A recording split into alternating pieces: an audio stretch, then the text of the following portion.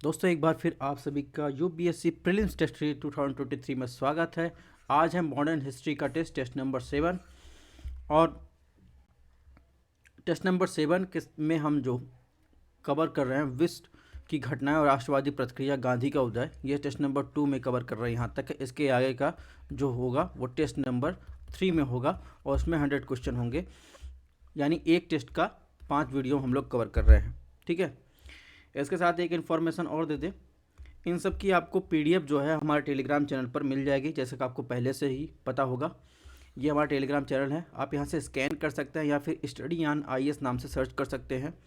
और इसके अलावा करंट अफेयर की टेस्ट सीरीज चल रही है, करंट अफेयर की जो है क्लासेस चल रही हैं, जिनमें आपको सेक्शनल जो है करंट अफेयर कवर करवाया जा रहा है। पॉलिटी का जो है करंट अफेयर कंप्लीट हो गया है।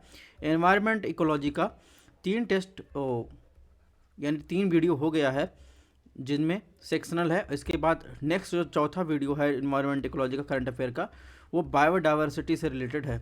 अब एक बात और बता दें, इसका फ़ायदा क्या है करंट अफेयर का। करंट अफेयर का एग्जाम के दृष्टि से तो फ़ायदा है ही, लेकिन आप करंट से आप अपने नोट्स अपडेट कर सकते हैं जो सेक्शनल वाइज हम करवा रहे हैं।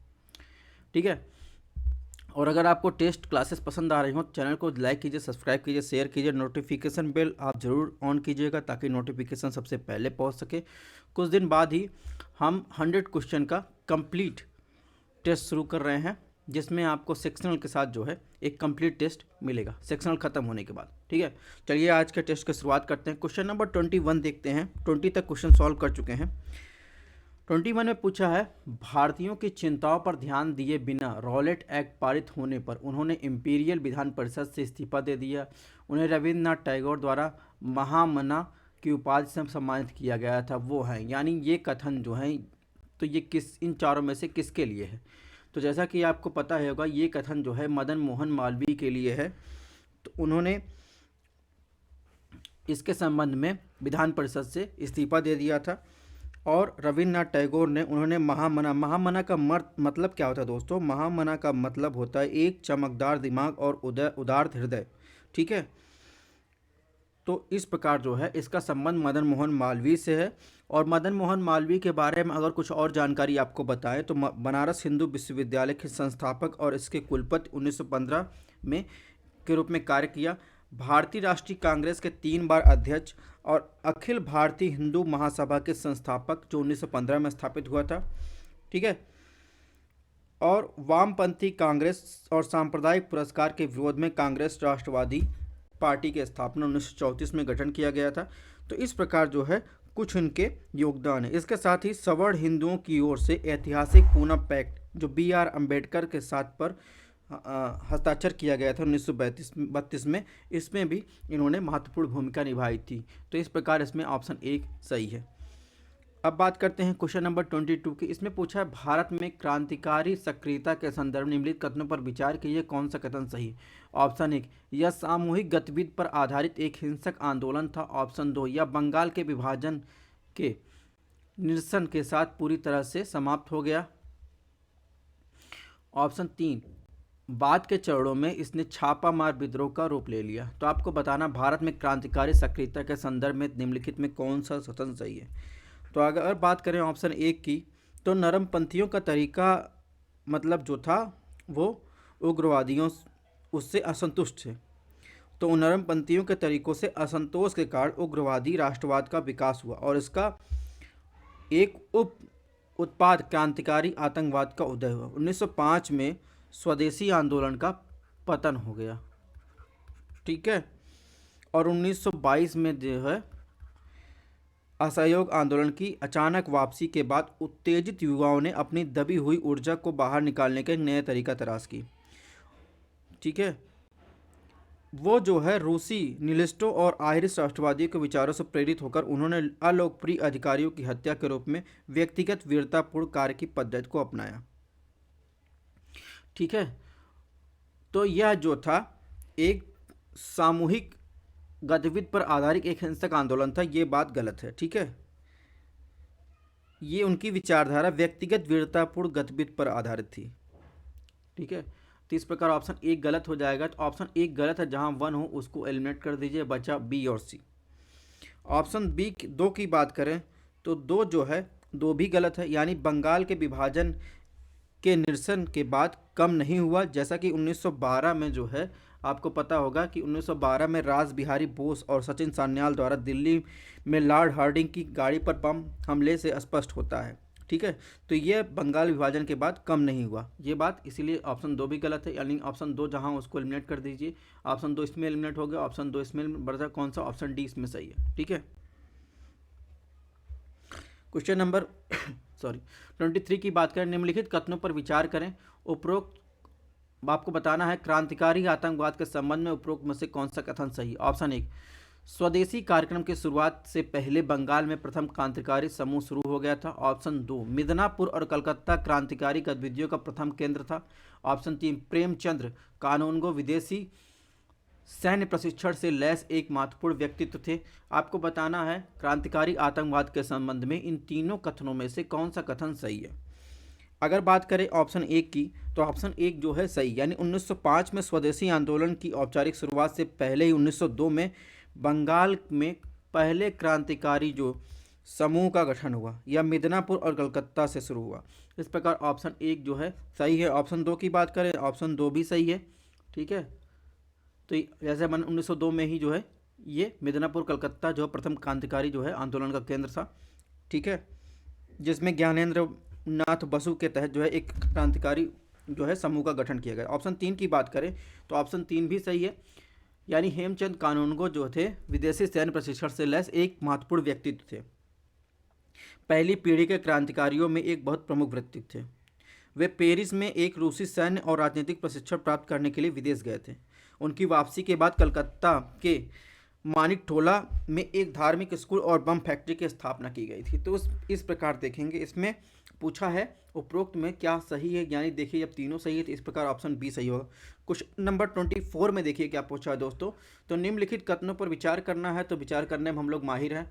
चलिए सबसे पहले विचार ही कर लेते हैं। ऑप्शन एक, युगांतर की शुरुआत कलकत्ता अनुशीलन समिति के आंतरिक घेरे ने की गई थी। ऑप्शन दो, मानिक टोला बम षड्यंत्र का सीधा संबंध बराड़ डकैती से था। तो आप लोग विचार करिए, हम भी विचार करते हैं इसमें कौन सा सही है, क्योंकि विचार करने में माहिर है तभी तो क्वेश्चन सही होते हैं। ऑप्शन एक की बात करें, युगांतर एक साप्ताहिक कलकत्ता अनुशीलन समिति के आंतरिक घेरे द्वारा शुरू किया गया था। ठीक है, इसकी शुरुआत जो है 1906 यानी 1906 में बरिंद्र कुमार घोष और भूपेंद्र नाथ दत्त ने की थी। तो विचार कर लिया हमने कि ये बात सही है। ऑप्शन दो पर विचार करें तो ढाका अनुशीलन समिति के तहत बराड़ डकैती का नेतृत्व पुलिस दास ने किया था। ठीक है, और मानिक टोला बम षड्यंत्र का मामला या अलीपुर षड्यंत्र का मामला इससे संबंधित नहीं था। ये अरविंद घोष, वरिंद्रनाथ घोष आदि थे जिन पर इस मामले में राजा के खिलाफ युद्ध छेड़ने का आरोप लगाया था। तो विचार करने पर यह पता चला कि ऑप्शन दो गलत है, तो इस प्रकार इसमें ऑप्शन ए सही है। क्वेश्चन नंबर 25 में विचार करना शुरू करते हैं हम लोग। कुछ जर्नल, यानी अगर बात करें जर्नल की बात की गई है और इसमें संबंधित व्यक्तित्व यानी जो उससे एसोसिएट पर्सनालिटी थे उसके बारे में दिया गया। आपको बताना कौन सा सही से मेरे थे। नई पार्टी का सिद्धांत, रास बिहारी बोस, भारतीय समाजशास्त्री श्यामाजी कृष्ण वर्मा, भवानी मंदिर, भगत सिंह। तो इसमें बताना है कि पर्सनालिटी का जो है रिलेशन या पत्रिका यानी ओरिएंटेशन जो था वो किससे संबंधित था। तो अगर बात करें ऑप्शन एक की तो ऑप्शन एक गलत। नई पार्टी सिद्धांत जो है 1907 में बाल गंगाधर तिलक द्वारा दिया गया, जो एक उत्कृष्ट भाषण था जो चरमपंथियों का कार्यक्रम पर केंद्रित था। तो इस प्रकार जो है इसका संबंध गलत हो जाएगा। इसका संबंध किससे है? इसका संबंध है बाल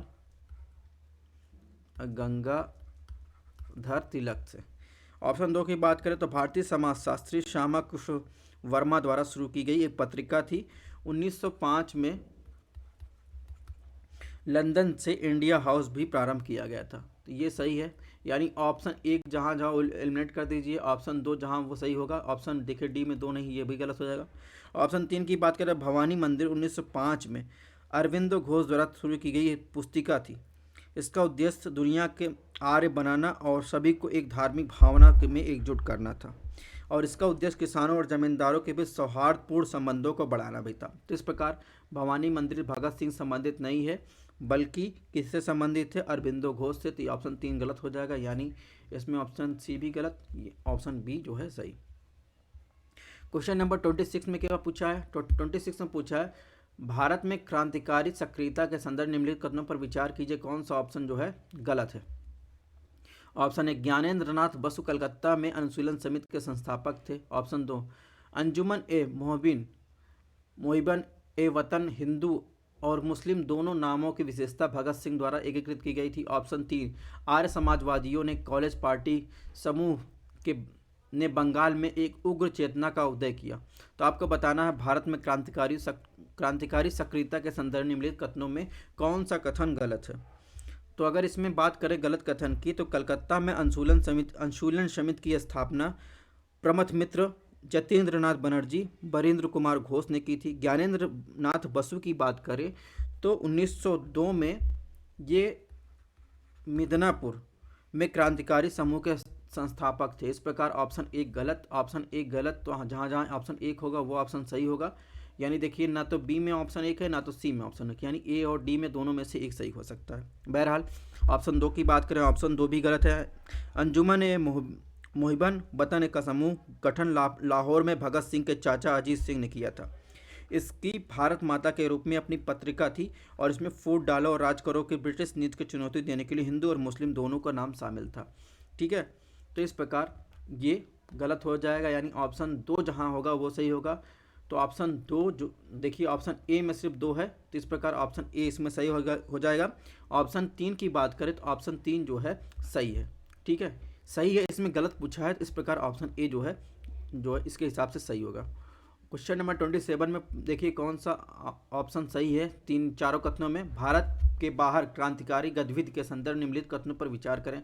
ऑप्शन 1 इंडिया हाउस और इंडियन होम रूल सोसाइटी की शुरुआत वीडी सावरकर ने की थी। ऑप्शन 2 सावरकर को नासिक षड्यंत्र मामले में आजीवन कारावास की सजा सुनाई गई थी। ऑप्शन 3 सोहन सिंह भाकना ने कनाडा में क्रांतिकारी आंदोलन का नेतृत्व किया। ऑप्शन 4 मैडम भीकाजी कामा ने स्टुटगार्ड कहाँ जर्मनी में भारतीय ध्वज फहराया।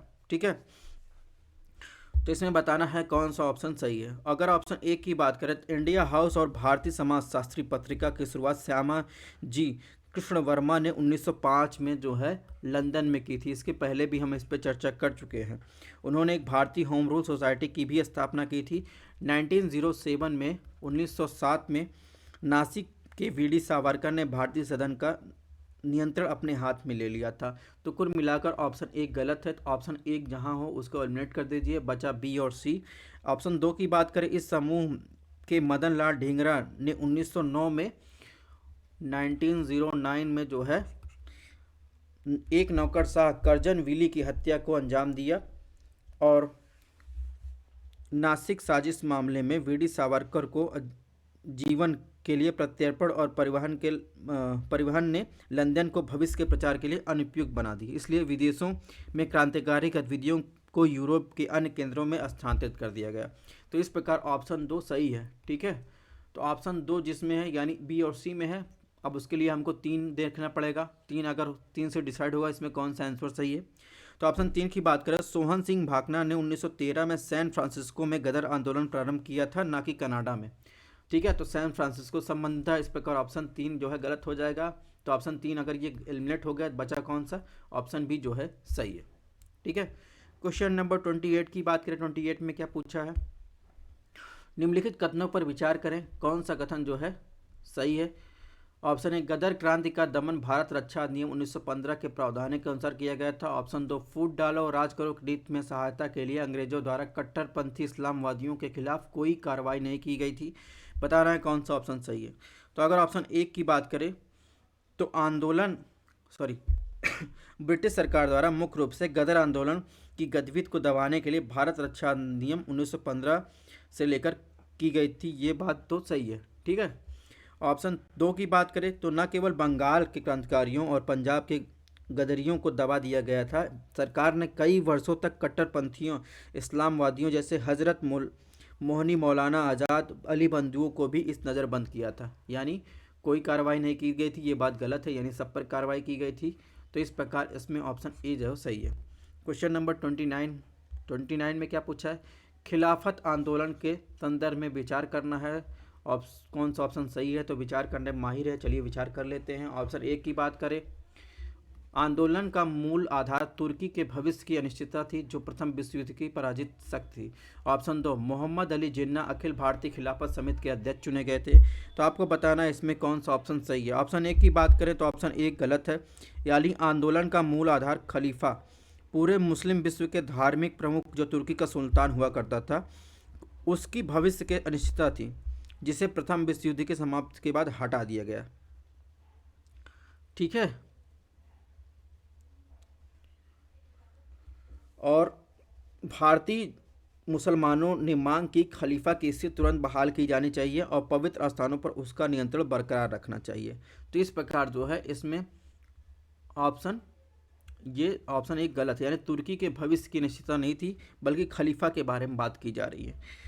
अगर बात करें ऑप्शन दो की, तो ऑप्शन दो जो है गलत है, यानी खिलाफत समिति के विभिन्न नेताओं ने अली बंधुओं मौलाना अबुल कलाम आज़ाद, हकीम अजमल खान ने सर्वसम्मत से महात्मा गांधी को अखिल भारतीय खिलाफत समिति का अध्यक्ष बनाने के लिए आमंत्रित किया था। ठीक है, तो इस प्रकार इसमें देखेंगे तो ऑप्शन डी जो सही है, सॉरी, इसमें पूछा है कौन सा ऑप्शन सही है, तो सही तो कोई नहीं है। ठीक है, एक और दो दोनों जो है गलत है, तो इस प्रकार इसमें इनमें से कोई नहीं जो है सही होगा।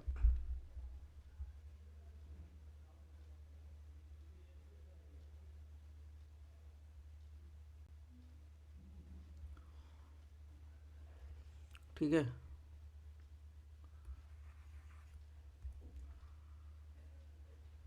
बढ़ते हैं नेक्स्ट क्वेश्चन। क्वेश्चन नंबर 30 में देखिए क्या है। 30 में पूछा है, असहयोग आंदोलन के संदर्भ में विचार कीजिए, कौन सा कथन सही है। ऑप्शन एक, भारतीय राष्ट्रीय कांग्रेस ने 1920 में अपने नागपुर अधिवेशन में असहयोग कार्यक्रम को मंजूरी दी थी। ऑप्शन दो, भारतीय राष्ट्रीय कांग्रेस का लक्ष्य शांतिपूर्ण और वैध तरीकों से स्वराज की प्राप्ति में परिवर्तित हो गया। ऑप्शन तीन, तिलक स्वराज कोष की स्थापना 10 करोड़ रुपए जुटाने के उद्देश्य से की गई थी। ऑप्शन चार, असहयोग आंदोलन का एक उद्देश्य खिलाफत प्रश्न का समाधान ढूंढना था। तो आपको बताना है कि कौन सा कथन सही है असहयोग आंदोलन के संदर्भ में। अगर बात करें ऑप्शन एक की, तो नागपुर सत्र जब आयोजित हुआ था, जिसमें वी राघवाचारी 1920 में सत्र में भारतीय राष्ट्रीय कांग्रेस में बहस की और खिलाफत प्रश्न का समाधान खोजने, पंजाब गलतियों के निवारण और स्वराज की प्राप्ति के 3 उद्देश्यों के साथ अहिंसक असहयोग प्राप्त का समर्थन किया। महात्मा गांधी ने हिंदू मुस्लिम एकता के अवसर को देखा और कांग्रेस के वरिष्ठ सदस्यों के शुरुआती प्रतिरोध के बावजूद उन्हें समझाने में सक्षम रहे। तो इस प्रकार देखेंगे 1 और 4 जो है सही है। ठीक है, 1 और 4 जो है सही है।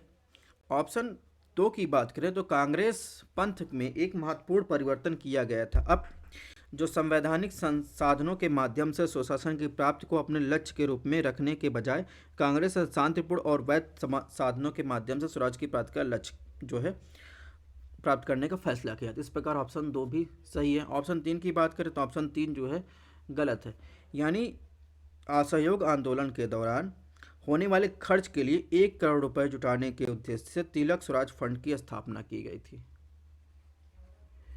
तो इस प्रकार 1, 2, 4 जो सही है, यानी ऑप्शन बी सही है। क्वेश्चन नंबर 31 की बात करते हैं। 31 में क्या सही है, कुछ घटना दी गई है। इस घटना का एक तात्कालिक कारण कांग्रेस द्वारा शुरू किए गए असहयोग आंदोलन के साथ खिलाफत आंदोलन था। हालांकि यह दमनकारी काश्तकारी कानून के खिलाफ ब्रिटिश विरोधी आंदोलन के रूप में शुरू हुआ था, लेकिन जल्द ही इसने सांप्रदायिकता का रंग ले लिया। उपरोक्त किस अंश का वर्णित घटना है, तो आपने सुना होगा मोपला किसान आंदोलन, तो इससे संबंधित है जो 1921-22 में मालाबार किसान विद्रोह या विप्लव विद्रोह था। भारत में केरल मालाबार क्षेत्र में शुरू हुआ था। अंग्रेज ने एक नए काश्तकार कानून पेश किए थे जो जमींदारों, मुख्य रूप से उच्च जात के हिंदुओं के पक्ष में था। मोपला क्या था, मुख्य रूप से मुस्लिम के किसान पर कहीं अधिक शोषणकारी व्यवस्था स्थापित की थी और कानूनों ने उन्हें भूमि और उसकी उपज सभी गारंटी के अधिकारों से वंचित कर दिया था। वास्तव में उन्हें भूमिहीन कर दिया था। तो कुल मिलाकर इसका ऑप्शन सी है।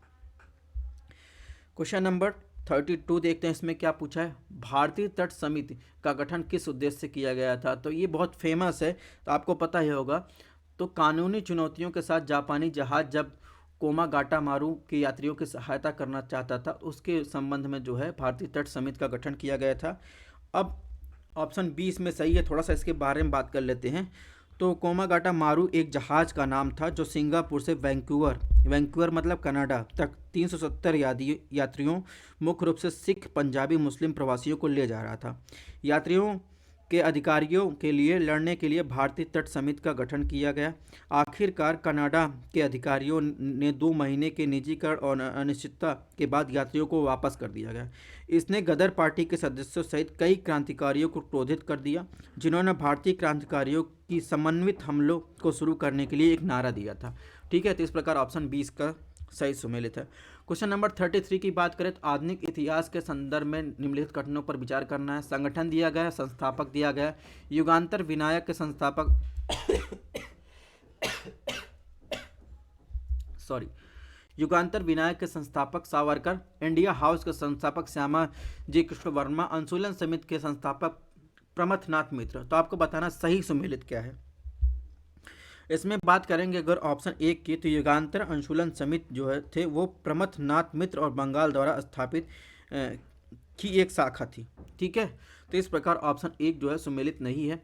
ऑप्शन दो की बात करें तो 2 और 3 सुमेलित है, यानी इंडिया हाउस श्यामा जी कृष्ण वर्मा द्वारा अनुशीलन समिति जो है इसकी स्थापना 1902 में सॉरी प्रमथनाथ मित्र, जतीन्द्रनाथ बनर्जी, बरिंद्र कुमार घोष द्वारा कलकत्ता में की गई थी। तो इस प्रकार इसमें 2 और 3 सुमेलित है, यानी ऑप्शन बी। क्वेश्चन नंबर 34 की बात करते हैं। 34 में क्या पूछा गया, कुछ कथन दिए गए। उन्होंने स्टुटगार्ट में दूसरी समाजवादी कांग्रेस में भाग लिया, उन्होंने भारतीय स्वतंत्रता का ध्वज फहराया और पेरिस में कुछ समय के लिए रुकी थी। तो जैसा कि अभी हमने चर्चा किया था, एक ऑप्शन में आया था मैडम भीकाजी कामा के बारे में, जो है ये कथन सही है। और बात वो जो थी वो पारसी माता पिता के घर जन्मी थी। उन्होंने लंदन में श्यामा जी कृष्ण वर्मा की ब्रिटिश विरोधी गतिविधियों का समर्थन किया। उन्होंने भारतीय राष्ट्रीय कांग्रेस की ब्रिटिश भारतीय समिति के अध्यक्ष के रूप में अपने कार्यकाल के दौरान दादा भाई नौरोजी के निजी सचिव के रूप में कुछ समय के लिए काम किया था। ठीक है, 22 अगस्त 1907 को उन्होंने अंतर्राष्ट्रीय समाजवादी कांग्रेस स्टुटगार्ट जर्मनी में भारतीय ध्वज का पहला संस्करण फहराया, जो हरे, केसरिया और लाल धारियों का तिरंगा था। ठीक है, तो कुल मिलाकर इसमें मैडम भीकाजी कामा के बारे में बात की जा रही है। अब क्वेश्चन नंबर 35 की बात करें तो गदर आंदोलन के संदर्भ निम्नलिखित कथनों पर विचार कीजिए, कौन सा कथन सही है। ऑप्शन एक, गदर पार्टी एक क्रांतिकारी समूह था जिसका मुख्यालय सैन फ्रांसिस्को में था। ऑप्शन दो, इसका घोषित उद्देश्य भारत में अंग्रेजों और संयुक्त राज्य अमेरिका में अमेरिका के खिलाफ क्रांतिकारी युद्ध छेड़ना था। ऑप्शन तीन, इसके पहले अध्यक्ष के रूप में बाबा सोहन सिंह भाकना चुने गए थे। तो इसमें बताना कौन सा ऑप्शन सही है। अगर ऑप्शन एक की बात करें तो ऑप्शन एक जो है सही, यानी गदर पार्टी एक क्रांतिकारी समूह था जिसका मुख्यालय सैन फ्रांसिस्को में था। ऑप्शन दो की बात करें तो अपनी पहली बैठक में लाला हरदयाल जो संस्थापक सह महासचिव ने कहा कि अमेरिकियों से मत लड़ो, लेकिन उस स्वतंत्रता का उपयोग करो जो अमेरिका में अंग्रेजों से लड़ने के लिए उपलब्ध है। इस प्रकार उनका उद्देश्य केवल भारत के अंग्रेजों के खिलाफ क्रांतिकारी युद्ध छेड़ना था। तो ऑप्शन दो जो है गलत हो जाएगा, ऑप्शन तीन जो है सही है, यानी एस भाकना गदर पार्टी के संस्थापक अध्यक्ष थे। 1915 में गदर षड्यंत्र में शामिल पार्टी के प्रमुख सदस्य थे। तो कुल मिलाकर इसमें 1 और 3 सही है, यानी ऑप्शन सी। क्वेश्चन नंबर 36 की बात करते हैं। 36 में क्या पूछा है, कुछ कथन दिया गया है। रामचंद्र पांडुरंगा येवलेकर के रूप में जन्मे 1857 के विद्रोह में इस नेता को उनकी सबसे करीबी सहयोगियों में से एक मान सिंह ने धोखा दिया था और जनरल नेपियर के ब्रिटिश भारतीय सैनिकों द्वारा पराजित किया गया था। यह उल्लेख किया गया नेता कौन है। तो जैसा कि आपको पता है कि ये जो धोखा वाली बात है, मान सिंह ने धोखा दिया था, तो तात्या टोपे की बात की जा रही है। तात्या टोपे 1857 के विद्रोह में भारतीय विद्रोह के सेनापति थे और इनके उल्लेखनीय नेताओं में से एक थे। ठीक है,